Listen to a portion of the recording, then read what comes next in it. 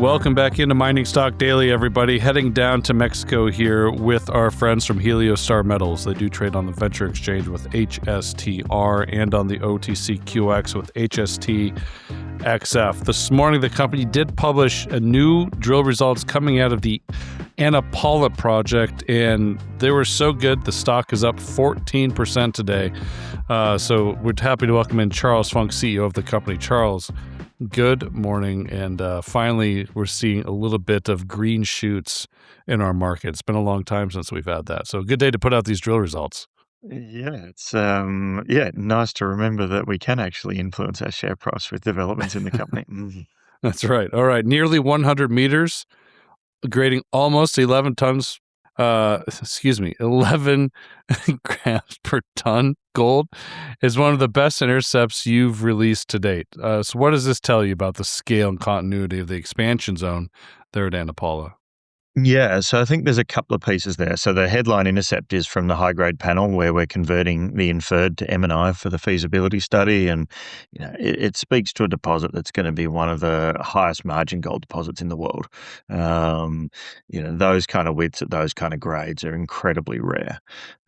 Secondary to those, you mentioned the expansion zone. We drilled 100 meters at 5 grams in a zone underneath the feasibility study focus, and we stepped out. We stepped out to the north, we stepped out to the south and to the southwest, and each of those holes, 49 meters at 2.9 grams, which includes 9 at 9.5, 17 meters at 3.5 grams. In those step outs, we're starting to show a pretty interesting zone in the expansion zone that's open in all directions. So we've got really good results from the material that's going to go in the feasibility study, and Ana Paula's open. Yeah, it is open. You and I have been talking about testing this stuff at depth for a little while now. So it's nice to finally see that theory coming to fruition. But let's talk about kind of how this kind of fits into the greater puzzle. You mentioned the technical reports kind of underway. But could these new zones materially improve what a mine plan and the feasibility study looks like for Ana Paula, or are we still kind of putting the cart before the horse here? There's probably 2 carts and 2 horses. So, we have the feasibility study coming in Q2 next year. That's been our focus, and been the timeline for well over 6 or 8 months now.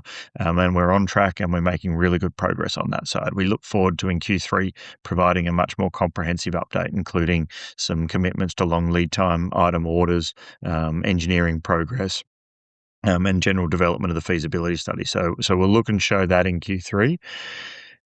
Some of these drill results that we've put out today in the expansion zone are not going to make the feasibility study. We've reached a cutoff for the resource, but when you're hitting those kind of grades and widths, it's worth. So we're drilling another 10,000 meters that we don't think will make it into the feasibility study. They will ultimately, we believe, make it into a mine plan, but not into the feasibility study. So whatever we present in the feasibility study, we're quite optimistic that's just going to be the first 9 or 10 years of mine life, and after that, then the expansion zone can continue to expand. As I said in the press release, we think there's potentially a much bigger prize at Ana Paula.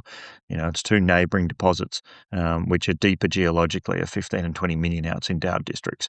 And so as we continue to go deeper at Ana Paula, we have the potential that there's something significantly bigger, and we've certainly got the tiger by the tail at the moment.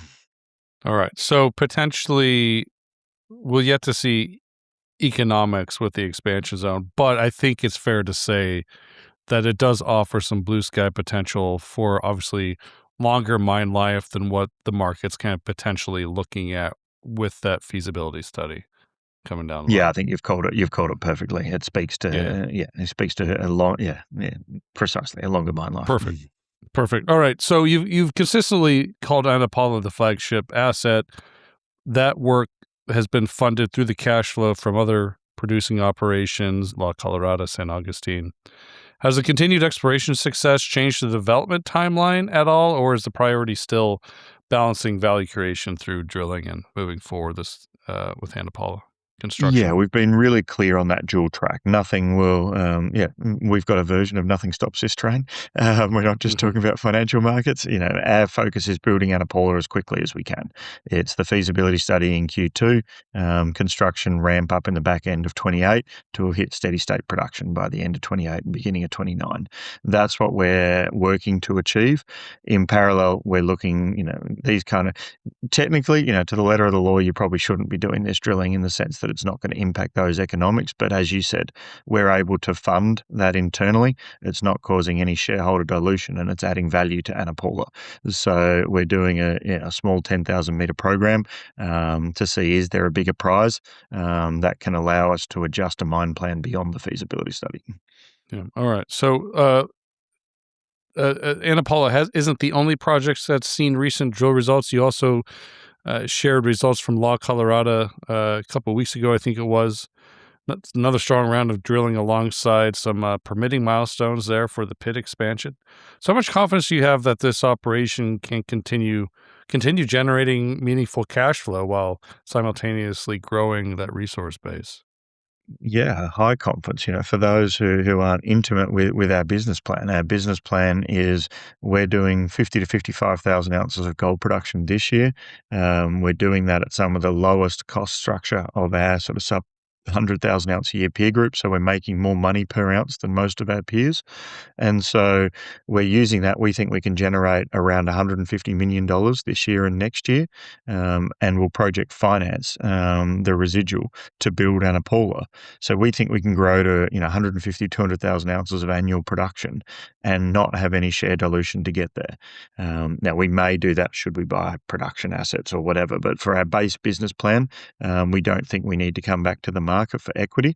And that means we can see outsized per share performance. If we deliver that, we think we can be worth multiples of what we are today. And so that comes down to making sure, as you said, that we can continue to generate cash from the Colorado Mhm. and San Augustine. And, it was a quite consequential update from our perspective on the Colorado.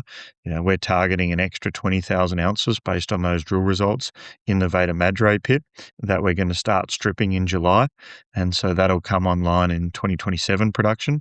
So we think there's more ounces than the tech report. We see a 6-year mine life from our technical report at La Colorada right now. And if you pair that with some of the drill results we've had at San Augustine, we think there's a potential to expand the mine life there. So we're seeing strong cash flow generation. We get a bit discounted because it's short mine life or sort of short term.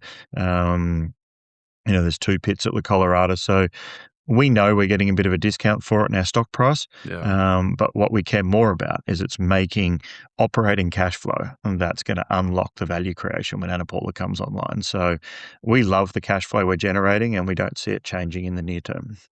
Uh, are you seeing any possibility of extension at La Colorado, mine life extension? What does that look like? How should we be looking at this? Yeah, I've always said, so we've got the 6 years that we put out in the study last year. I've always Right. said I think we can get that to 10 years plus. All of the resources are open. There's some really nice targets around it. So at La Colorado, the focus right now is the bigger pit at Veta Madre. We call it Veta Madre Plus. We're just finalizing the geotechnical design work for that.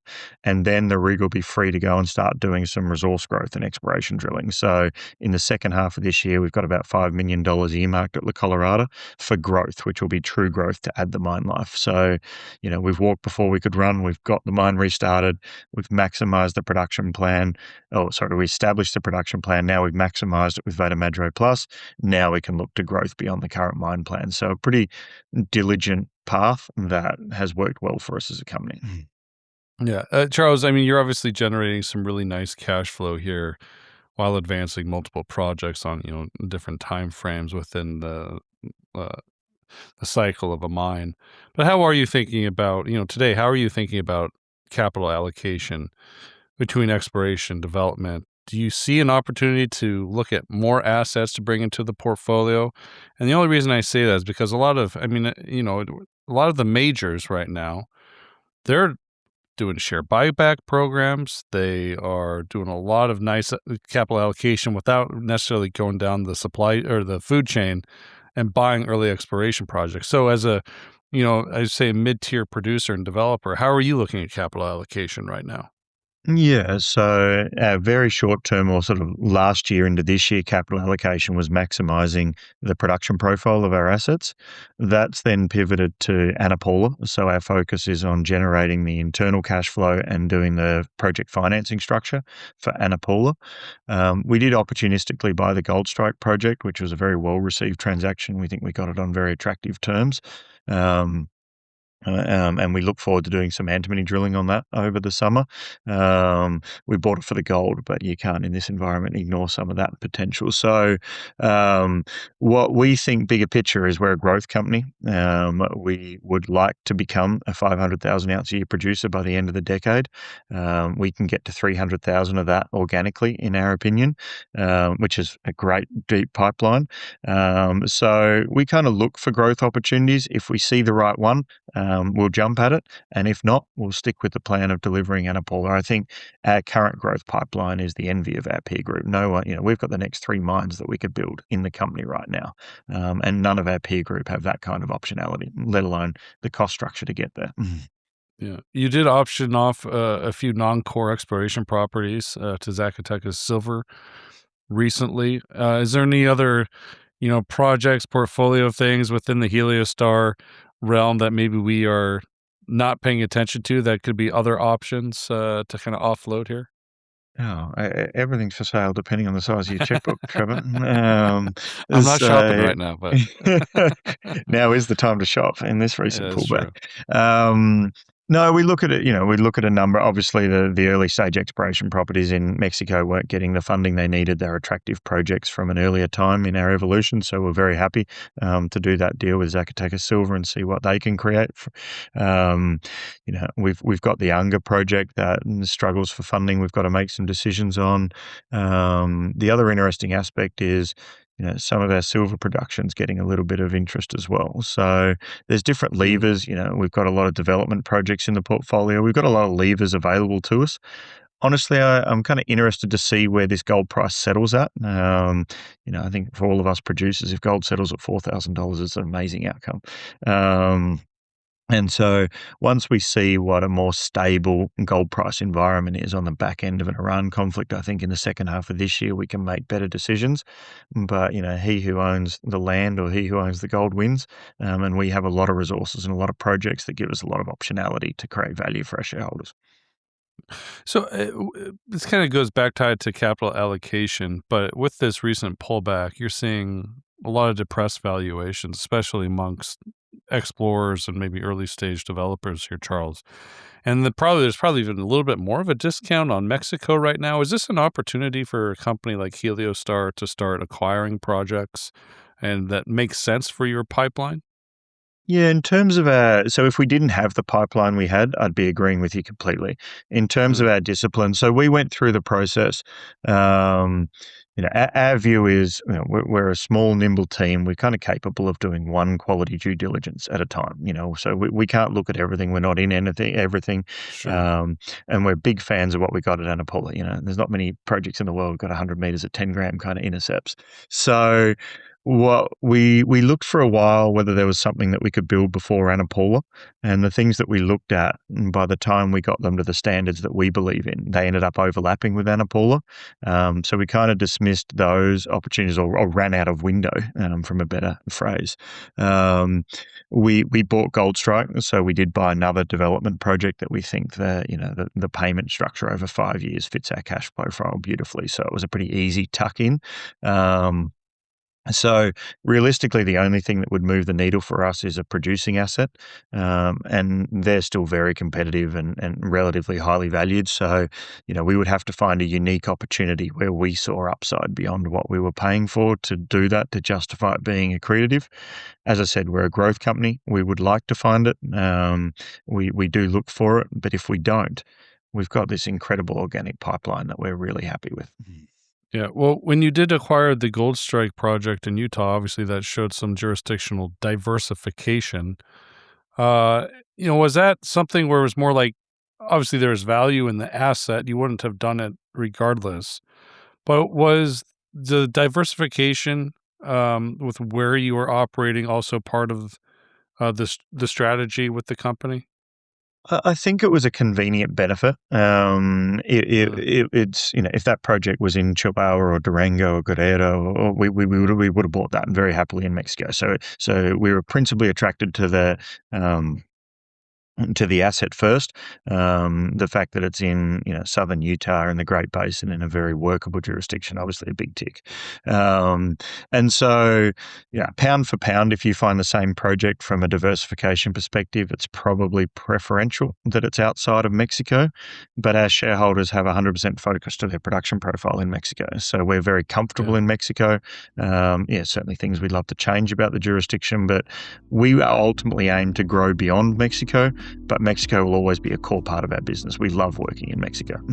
Very good. All right, Charles, thanks so much for your time. Good to see you once again. And obviously, there's going to be a number of opportunities for more updates as the second half of the year progresses. Lots of work happening in Mexico. Plus, I'm sure I'll be seeing you a couple of the conferences this fall. So, Heliostar Metals trades on the Venture with HSTR and on the OTCQX with HSTXF. Take care, Charles. Have a great rest of your day. Thank you. The information presented should not be considered investment advice. Mining Stock Daily and its affiliates are not responsible for any loss arising from any investment decision in connection with the material presented herein. Please do your own research or speak with a licensed financial representative before making any investment decisions.